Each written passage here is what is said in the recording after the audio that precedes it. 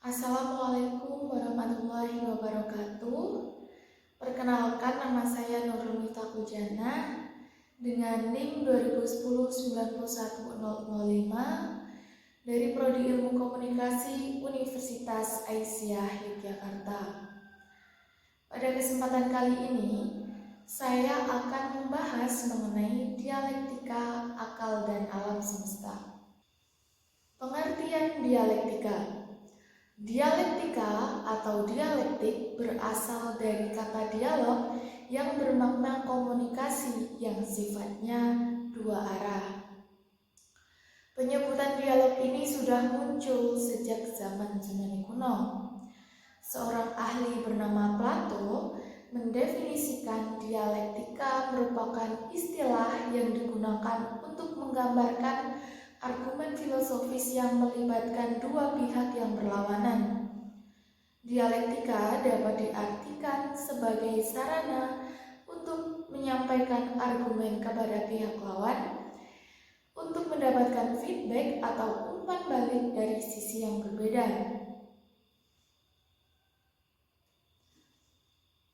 Dalam Islam juga terdapat dialektika yang berkesinambungan yang membahas hal-hal filosofis Islam.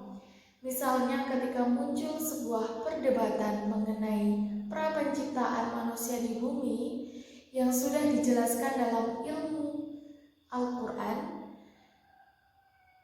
namun susah dijelaskan dengan ilmu sains. Dalam surah Al-Baqarah ayat 31 yang artinya, "Dan ingatlah ketika Tuhanmu berfirman kepada para malaikat, apakah engkau hendak menjadikan khalifah di bumi? Mereka berkata, apakah engkau menjadikan orang yang merusak dan menumpahkan darah di sana? Sedangkan kami bertasbih memujimu dan mensucikan namamu." Dia berfirman, "Sungguh aku mengetahui apa yang tidak kamu ketahui." Nah, dalam ayat ini Allah SWT merefleksikan bahwa Allah telah menjadikan manusia sebagai khalifah fil ard atau pemimpin di muka bumi, serta memberikan kita pelajaran bahwa Allah SWT mengetahui apa saja hal yang tidak kita ketahui. Kemudian pada Al-Quran surah Al-Baqarah ayat 31 yang artinya, "Dan dia ajarkan kepada Adam nama-nama benda semuanya. Kemudian dia perlihatkan kepada malaikat seraya berfirman, sebutkan kepadaku nama semua benda ini jika kalian yang benar." Dalam ayat ini Allah SWT ingin mengajarkan ilmu kepada manusia dan para malaikat mengenai hal-hal yang belum manusia dan malaikat itu ketahui. Dan potensi dan agama. Masing-masing manusia memiliki beragam potensi, baik dalam hal sosial ataupun beragama. Kedua potensi tersebut harus seimbang atau balance.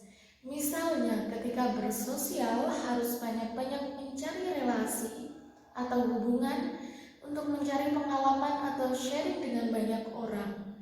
Sedangkan untuk potensi beragama juga harus tetap dipelajari. Jika berbeda agama, bagaimana? Jika berbeda agama, maka bisa dipelajari dari agama masing-masing, karena setiap agama itu mengajarkan mengenai kebaikan.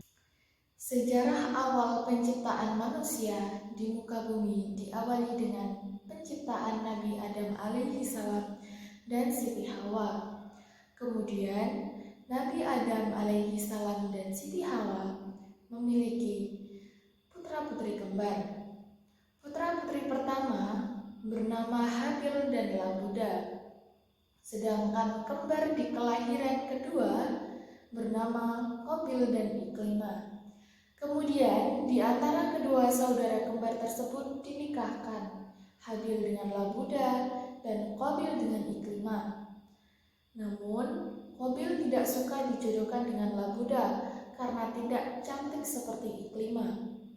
Kemudian di antara Qabil dan Habil melakukan sedekah. Habil bersedekah hewan ternak yang sehat, sedangkan Qabil bersedekah tanaman dan buah-buahan yang busuk. Namun Allah Subhanahu wa taala menerima sedekah dari Habil karena hal ini membuat Qabil marah dan lantas membunuh Habil. Karena Habil sudah meninggal, Qabil sempat kebingungan untuk menyembunyikan jasadnya. Kemudian Qabil melihat sepasang burung gagak yang salah satunya mati. Kemudian burung gagak yang satunya menguburkan jasad burung gagak yang telah mati tadi. Hal inilah yang merupakan pertumpahan darah pertama di muka bumi. Sekian dari saya, kurang lebihnya saya mohon maaf. Wassalamualaikum warahmatullahi wabarakatuh.